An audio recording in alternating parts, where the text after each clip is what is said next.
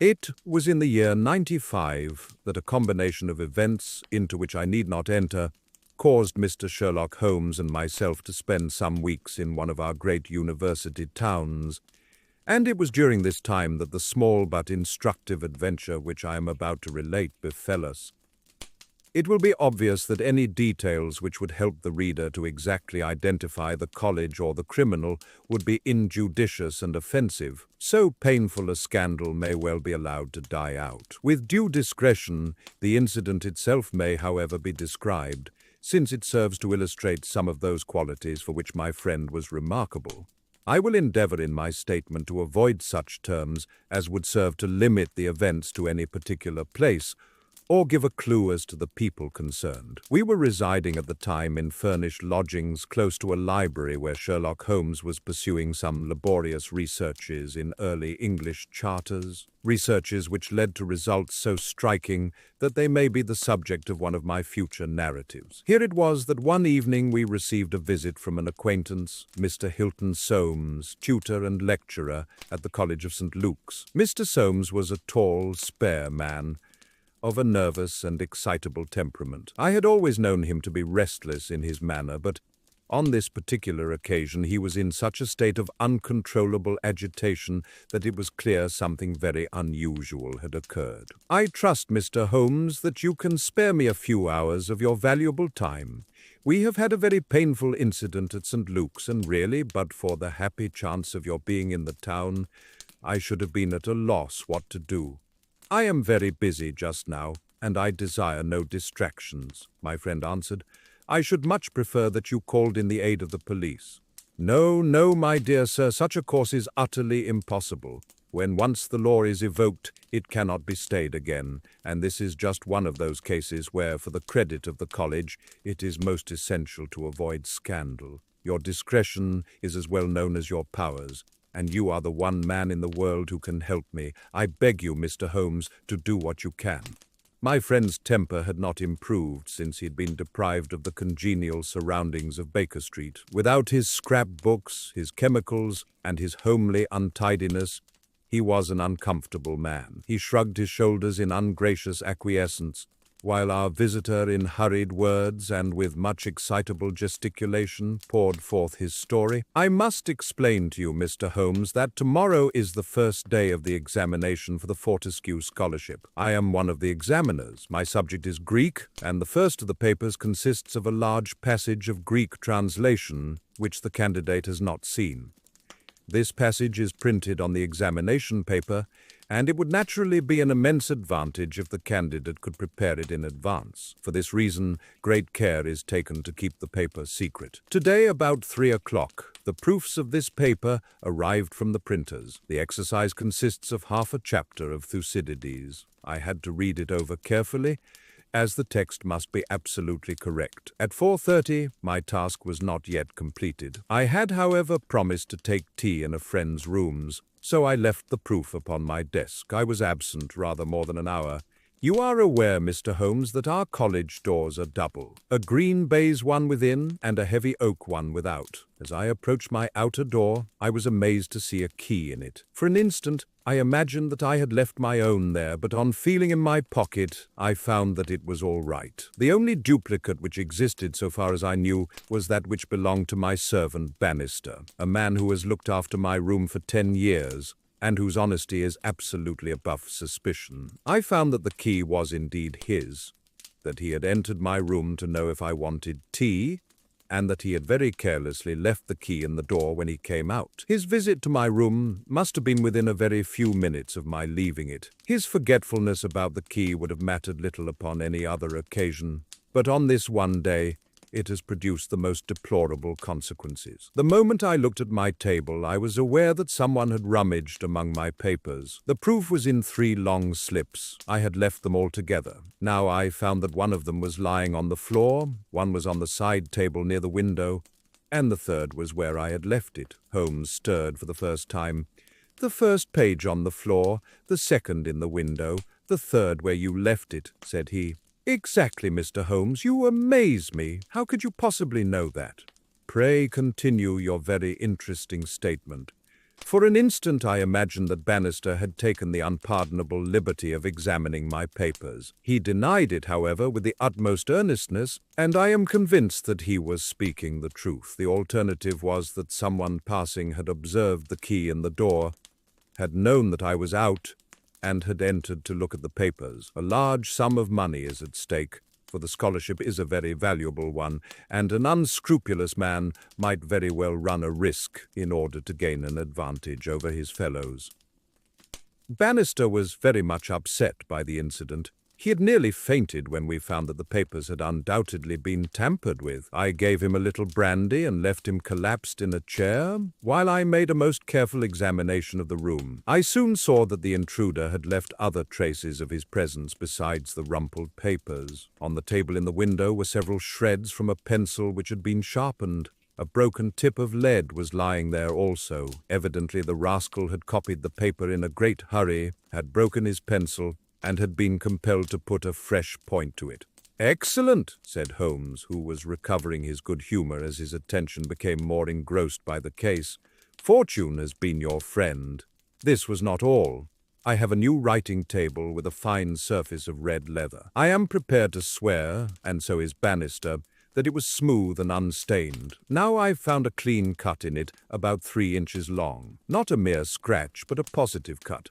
Not only this, but on the table I found a small ball of black dough or clay, with specks of something which looks like sawdust in it. I am convinced that these marks were left by the man who rifled the papers. There were no footmarks, and no other evidence as to his identity. I was at my wits' ends, when suddenly the happy thought occurred to me that you were in the town, and I came straight round to put the matter into your hands. Do help me, Mr. Holmes. You see my dilemma. Either I must find the man, or else the examination must be postponed until fresh papers are prepared. And since this cannot be done without explanation, there will ensue a hideous scandal, which will throw a cloud not only on the college, but on the university. Above all things, I desire to settle the matter quietly and discreetly. I shall be happy to look into it, and to give you such advice as I can," said Holmes, rising and putting on his overcoat. "The case is not entirely devoid of interest. Had anyone visited you in your room after the papers came to you?" "Yes, young Daulat Ras, an Indian student who lives on the same stair, came in to ask me some particulars about the examination." "For which he was entered?" "Yes." "And the papers were on your table?" "To the best of my belief they were rolled up, but might be recognized as proofs." "Possibly." "No one else in your room?" "No." "Did anyone know that these proofs would be there?" "No one save the printer." "Did this man Bannister know?" "No, certainly not. No one knew." "Where is Bannister now?" "He was very ill, poor fellow. I left him collapsed in the chair. I was in such a hurry to come to you." "You left your door open." "I locked up the papers first." "Then it amounts to this, Mr. Soames, that unless the Indian student recognized the roll as being proofs, the man who tampered with them came upon them accidentally without knowing that they were there." "So it seems to me." Holmes gave an enigmatic smile. "Well," said he, "let us go round. Not one of your cases, Watson. Mental, not physical. All right, come if you want to. Now, Mr. Soames, at your disposal." The sitting room of our client opened by a long, low, latticed window onto the ancient lichen-tinted court of the old college. A Gothic arched door led to a worn stone staircase. On the ground floor was the tutor's room. Above were 3 students, 1 on each story. It was already twilight when we reached the scene of our problem. Holmes halted and looked earnestly at the window. Then he approached it, and standing on tiptoe with his neck craned, he looked into the room. "He must have entered through the door. There is no opening except the one pane," said our learned guide. "Dear me," said Holmes, and he smiled in a singular way as he glanced at our companion. "Well, if there is nothing to be learned here, we had best go inside."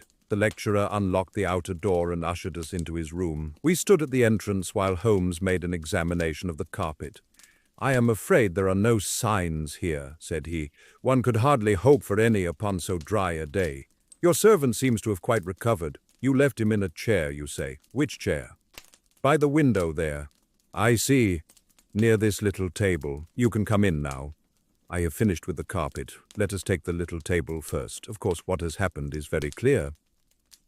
The man entered and took the papers, sheet by sheet, from the central table. He carried them over to the window table, because from there he could see if you came across the courtyard, and so could effect an escape. As a matter of fact, he could not, said Soames, for I entered by the side door. Ah, that's good. Well, anyhow, that was in his mind. Let me see the 3 strips. No finger impressions, no. Well, he carried over this one first and he copied it. How long would it take him to do that, using every possible contraction? A quarter of an hour, not less. Then he tossed it down and seized the next. He was in the midst of that when your return caused him to make a very hurried retreat. Very hurried. Since he had not time to replace the papers which would tell you that he had been there, you were not aware of any hurrying feet on the stair as you entered the outer door? No, I can't say I was. Well, he wrote so furiously that he broke his pencil, and had, as you observe, to sharpen it again. This is of interest, Watson. The pencil was not an ordinary one. It was above the usual size, with a soft lid. The outer color was dark blue. The maker's name was printed in silver lettering, and the piece remaining is only about 1.5 inches long. Look for such a pencil, Mr. Soames, and you have got your man. When I add that he possesses a large and very blunt knife, you have an additional aid. Mr. Soames was somewhat overwhelmed by this flood of information. I can follow the other points, said he, but really, in this matter of the length, Holmes held out a small chip with the letters N.N. and a space of clear wood after them. You see? No, I fear that even now, Watson, I have always done you an injustice. There are others. What could this N.N. be? It is at the end of a word. You are aware that Johann Faber is the most common maker's name. Is it not clear that there is just as much of the pencil left as usually follows the Johann? He held the small table sideways to the electric light. I was hoping that if the paper on which he wrote was thin, some trace of it might come through upon this polished surface. No, I see nothing. I don't think there is anything more to be learned here. Now for the central table. This small pellet is, I presume, the black, doughy mass you spoke of. Roughly pyramidal in shape and hollowed out, I perceive. As you say, there appear to be grains of sawdust in it. Dear me, this is very interesting. And the cut? A positive tear, I see. It began with a thin scratch and ended in a jagged hole. I am much indebted to you for directing my attention to this case, Mr. Soames. Where does that door lead to? To my bedroom. Have you been in it since your adventure? No, I came straight away for you. I should like to have a glance round. What a charming, old-fashioned room. Perhaps you will kindly wait a minute until I've examined the floor. No, I see nothing. What about this curtain? You hang your clothes behind it. If anyone were forced to conceal himself in this room, he must do it there, since the bed is too low and the wardrobe too shallow. No one there, I suppose. As Holmes drew the curtain, I was aware from some little rigidity and alertness of his attitude that he was prepared for an emergency. As a matter of fact, the drawn curtain disclosed nothing but 3 or 4 suits of clothes hanging from a line of pegs. Holmes turned away and stooped suddenly to the floor. "Hello, what's this?" said he. It was a small pyramid of black putty-like stuff, exactly like the one upon the table of the study. Holmes held it out on his open palm in the glare of the electric light. Your visitor seems to have left traces in your bedroom, as well as in your sitting room, Mr. Soames. What could he have wanted there? I think it is clear enough. You came back by an unexpected way, and so he had no warning until you were at the very door. What could he do? He caught up everything which would betray him, and he rushed into your bedroom to conceal himself. Good gracious, Mr. Holmes, do you mean to tell me that all the time I was talking to Bannister in this room, we had the man prisoner if we had only known it? So I read it. Surely there is another alternative, Mr. Holmes. I don't know whether you observe my bedroom window? Lattice-paned, lead framework, 3 separate windows, one swinging on hinge and large enough to admit a man. Exactly. And it looks out on an angle of the courtyard so as to be partly invisible. The man might have effected his entrance there, left traces as he passed through the bedroom, and finally finding the door open have escaped that way. Holmes shook his head impatiently. "Let us be practical," said he. "I understand you to say that there are 3 students who use this stair and are in the habit of passing your door?" "Yes, there are." "And they are all in for this examination?" "Yes." "Have you any reason to suspect any one of them more than the others?" Soames hesitated. "It is a very delicate question," said he. "One hardly likes to throw suspicion where there are no proofs." "Let us hear the suspicions. I will look after the proofs." "I will tell you then, in a few words, the character of the 3 men who inhabit these rooms. The lower of the 3 is Gilchrist, a fine scholar and athlete, plays in the rugby team and the cricket team for the college, and got his blue for the hurdles and the long jump. He is a fine manly fellow. His father was the notorious Sir Jabez Gilchrist, who ruined himself on the turf. My scholar has been left very poor, but he is hard-working and industrious. He will do well. The 2nd floor is inhabited by Daulat Ras, the Indian. He is a quiet, inscrutable fellow, as most of those Indians are. He is well up in his work, though his Greek is his weak subject. He is steady and methodical. The top floor belongs to Miles McLaren. He is a brilliant fellow when he chooses to work, one of the brightest intellects of the university, but he is wayward, dissipated, and unprincipled. He was nearly expelled over a card scandal in his first year. He has been idling all this term, and he must look forward with dread to the examination." "Then it is he whom you suspect?" "I dare not go so far as that, but of the 3, he is perhaps the least unlikely." "Exactly. Now, Mr. Soames, let us have a look at your servant, Bannister." He was a little white-faced, clean-shaven, grizzly-haired fellow of 50. He was still suffering from this sudden disturbance of the quiet routine of his life. His plump face was twitching with his nervousness, and his fingers could not keep still. "We are investigating this unhappy business, Bannister," said his master. "Yes, sir." "I understand," said Holmes, "that you left your key in the door?" "Yes, sir." "Was it not very extraordinary that you should do this on the very day when there were these papers inside?" "It was most unfortunate, sir, but I have occasionally done the same thing at other times." "When did you enter the room?" "It was about 4:30. That is Mr. Soames's tea time." "How long did you stay?" "When I saw that he was absent, I withdrew at once." "Did you look at these papers on the table?" "No, sir, certainly not. How came you to leave the key in the door?" "I had the tea tray in my hand. I thought I would come back for the key, then I forgot." "Has the outer door a spring lock?" "No, sir." "Then it was open all the time?" "Yes, sir." "Anyone in the room could get out?" "Yes, sir." "When Mr. Soames returned and called for you, you were very much disturbed?" "Yes, sir. Such a thing has never happened during the many years that I've been here. I nearly fainted, sir." "So I understand. Where were you when you began to feel bad?" "Where was I, sir?" "Why, here, near the door." "That is singular, because you sat down in that chair over yonder near the corner. Why did you pass these other chairs?" "I don't know, sir. It didn't matter to me where I sat." "I really don't think he knew much about it, Mr. Holmes. He was looking very bad, quite ghastly." "You stayed here when your master left?" "Only for a minute or so, then I locked the door and went to my room." "Whom do you suspect?"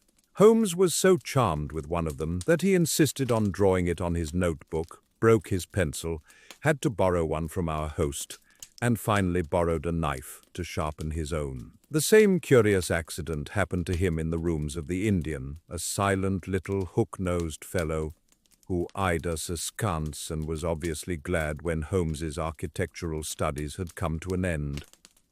I could not see that in either case Holmes had come upon the clue for which he was searching. Only at the 3rd did our visit prove abortive.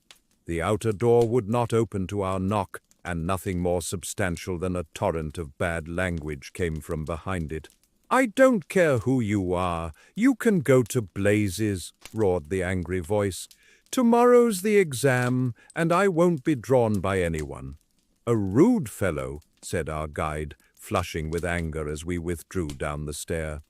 Of course he did not realize that it was I who was knocking, but nonetheless his conduct was very uncourteous and indeed, under the circumstances, rather suspicious. Holmes's response was a curious one. "Can you tell me his exact height?" he asked. "Really, Mr. Holmes, I cannot undertake to say. He is taller than the Indian, not so tall as Gilchrist. I suppose 5'6" would be about it." "That is very important," said Holmes. "And now, Mr. Soames, I wish you good night." Our guide cried aloud in his astonishment and dismay. "Good gracious, Mr. Holmes, you are surely not going to leave me in this abrupt fashion. You don't seem to realize the position. Tomorrow is the examination. I must take some definite action tonight. I cannot allow the examination to be held if one of the papers has been tampered with. The situation must be faced. You must leave it as it is. I shall drop round early tomorrow morning and chat the matter over. It is possible that I may be in a position then to indicate some course of action. Meanwhile, you change nothing at all." "Very good, Mr. Holmes. You can be perfectly easy in your mind. We shall certainly find some way out of your difficulties. I will take the black clay with me, also the pencil cuttings. Goodbye." When we were out in the darkness of the quadrangle, we again looked up at the windows. The Indian still paced his room, the others were invisible. "Well, Watson, what do you think of it?" Holmes asked as we came out into the main street. "Quite a little parlor game, sort of three-card trick, is it not? There are your three men. It must be one of them. You take your choice. Which is yours?" "The foul-mouthed fellow at the top. He is the one with the worst record, and yet that Indian was a sly fellow also. Why should he be pacing his room all the time? There is nothing in that. Many men do it when they are trying to learn anything by heart." He looked at us in a queer way. "So would you if a flock of strangers came in on you when you were preparing for an examination next day, and every moment was of value. No, I see nothing in that. Pencils, too, and knives, all was satisfactory, but that fellow does puzzle me." "Who?"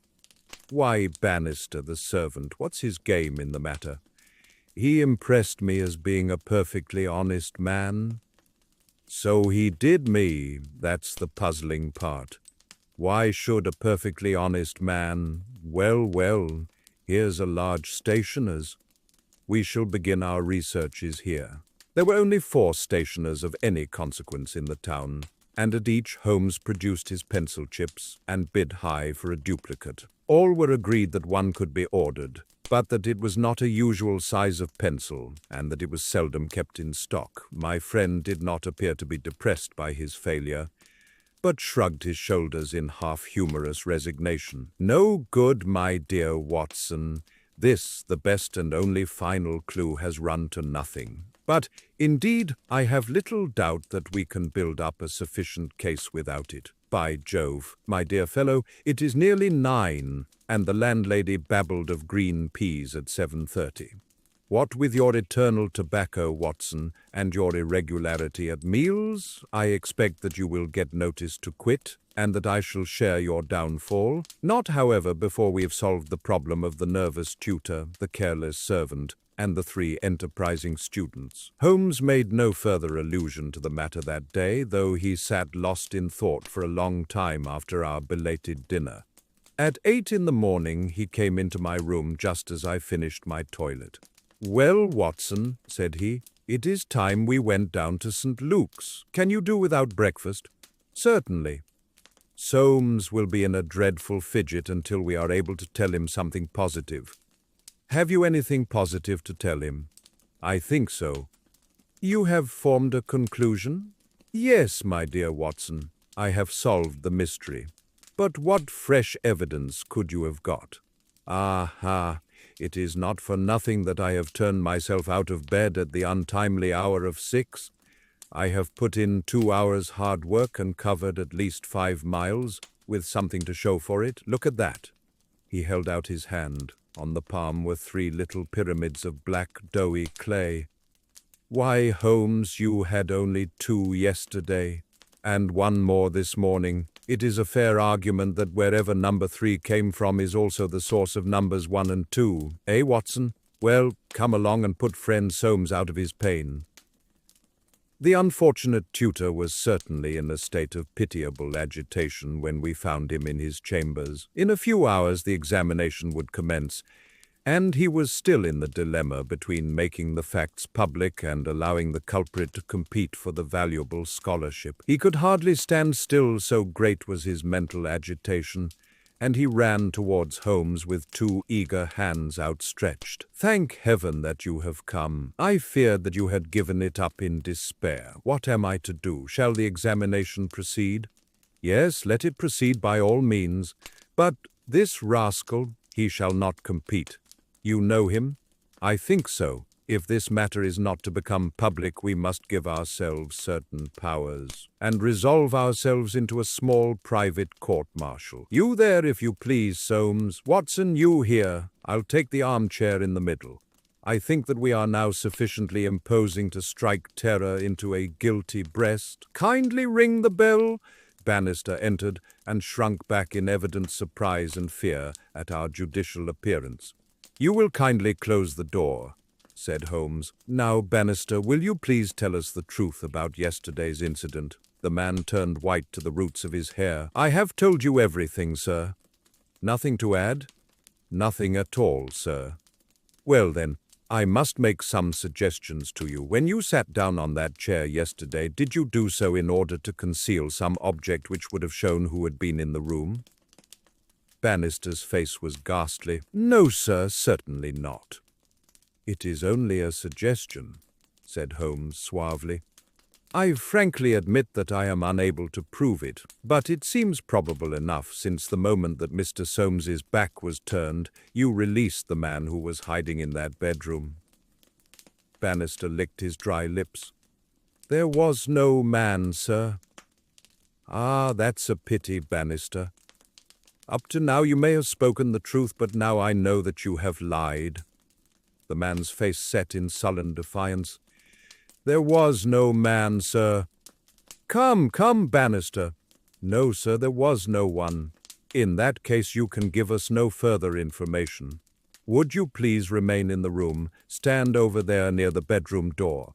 Now, Soames, I am going to ask you to have the great kindness to go up to the room of young Gilchrist and to ask him to step down into yours." An instant later the tutor returned, bringing with him the student. He was a fine figure of a man, tall, lithe and agile, with a springy step and a pleasant open face.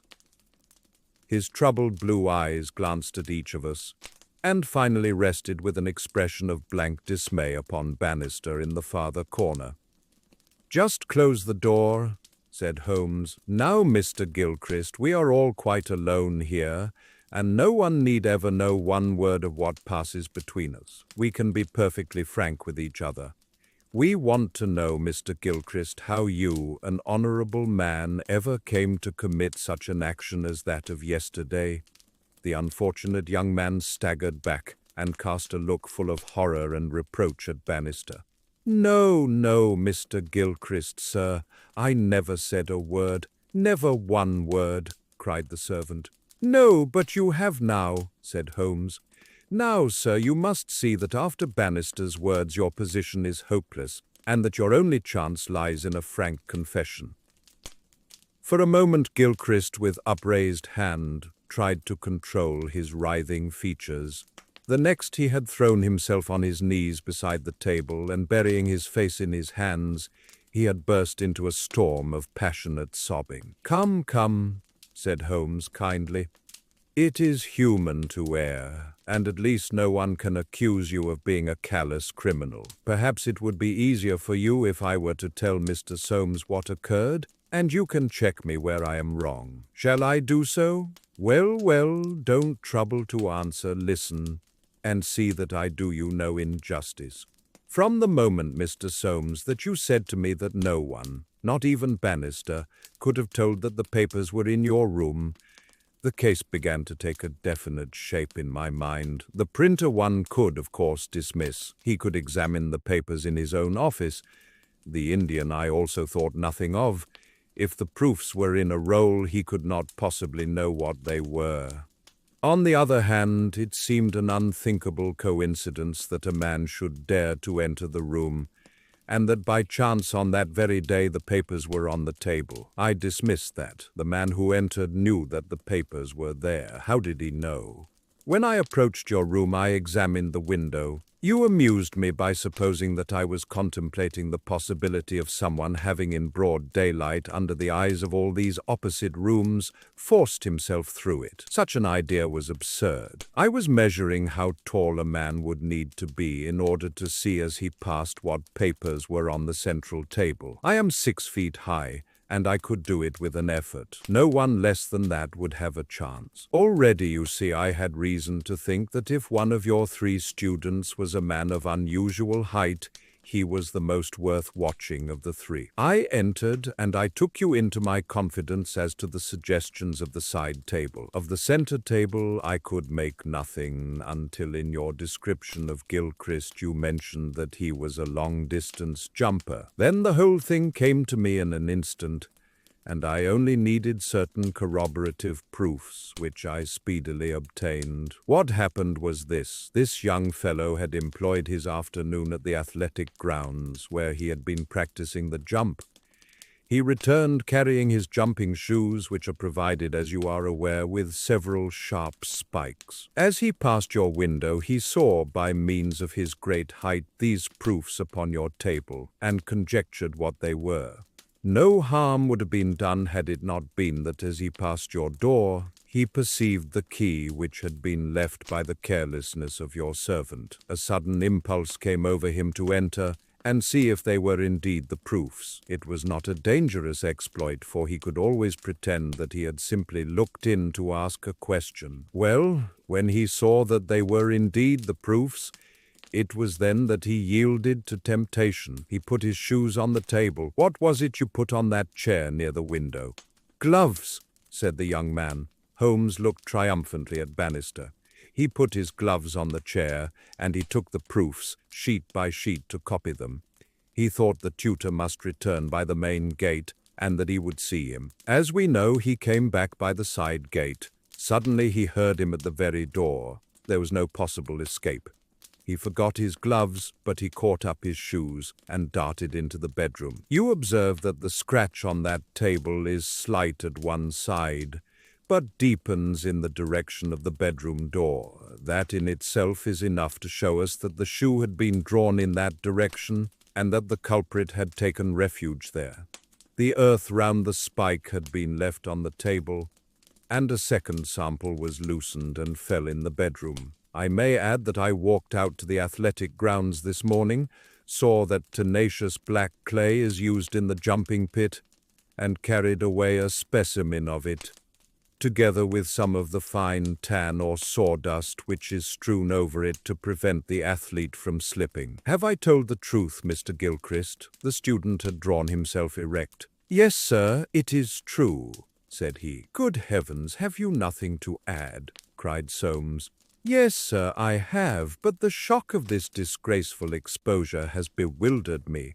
I have a letter here, Mr. Soames, which I wrote to you early this morning in the middle of a restless night. It was before I knew that my sin had found me out. Here it is, sir. You will see that I have said, I have determined not to go in for the examination. I have been offered a commission in the Rhodesian police, and I am going out to South Africa at once.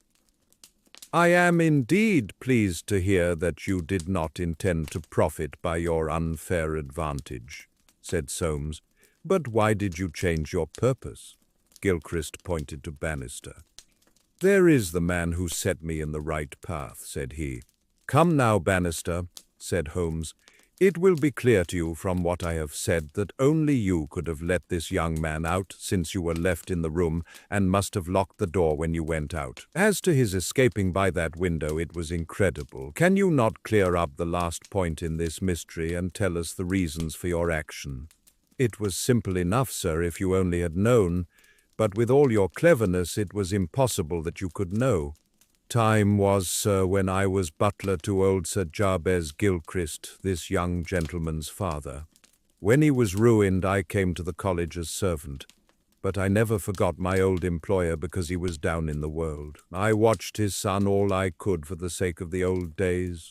Well, sir, when I came into this room yesterday when the alarm was given, the very first thing I saw was Mr. Gilchrist's tan gloves lying in that chair. I knew those gloves well, and I understood their message. If Mr. Soames saw them, the game was up. I flopped down into that chair, and nothing would budge me until Mr. Soames, he went for you. Then out came my poor young master, whom I had dandled on my knee, and confessed it all to me. Wasn't it natural, sir, that I should save him? And wasn't it natural also that I should try to speak to him as his dead father would have done, and make him understand that he could not profit by such a deed? Could you blame me, sir? No, indeed, said Holmes heartily, springing to his feet. Well, Soames, I think we have cleared your little problem up, and our breakfast awaits us at home. Come, Watson. As to you, sir, I trust that a bright future awaits you in Rhodesia. For once you have fallen low, let us see in the future how high you can rise.